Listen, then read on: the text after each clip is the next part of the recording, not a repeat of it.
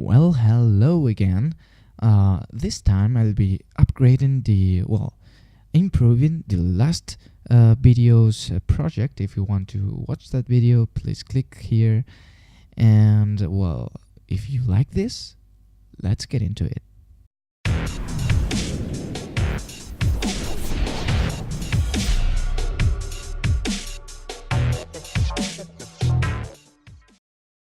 Okay, so if you recall, we had this last time.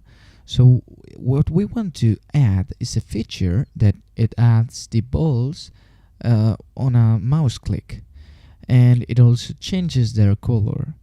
So let's do it. Okay, so instead of bar ball, it's bar balls equals to an array, and this is not how you do it. To add an element to an array in p5, you have to push it.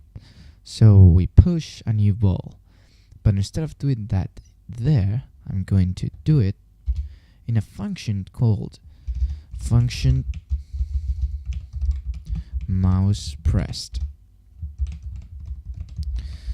So this function is automatically called. We don't have to call it anytime. So we just add a new ball, we push it, and then we go like mouse X and mouse Y. And we also want to change this. So in order to check all the balls in an array, we have to do our for loop. Notice I'm using let vars as these ones and var variables.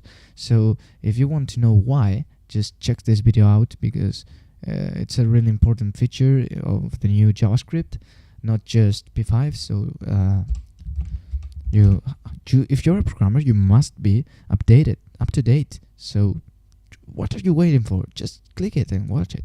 So I is less than balls dot length. So we want to loop through all the values of this array until the number is one less. That's why I'm not saying manner or equal to, just because the length, for example, if it has two things, the first one is going to be the 0 element and the second one is going to be the first element. So there's always one number less. So I++, as always, brackets, and we'll copy it. I'm sorry. Copy it inside the for loop, and instead of ball, we should give it balls I and balls I.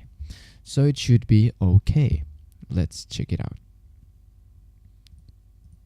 It doesn't work, and it's because mouse is not defined.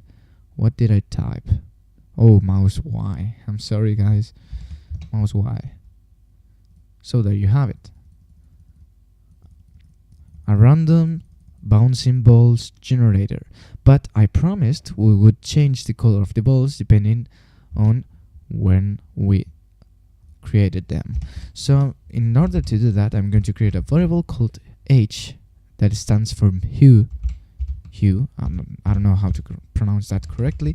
So random between 0 and 20 and 255. This is the same as writing 0 comma. So in p5js. So yeah. Now we want to go to the setup function and type color mode HSB. That stands for hue, saturation, and brightness.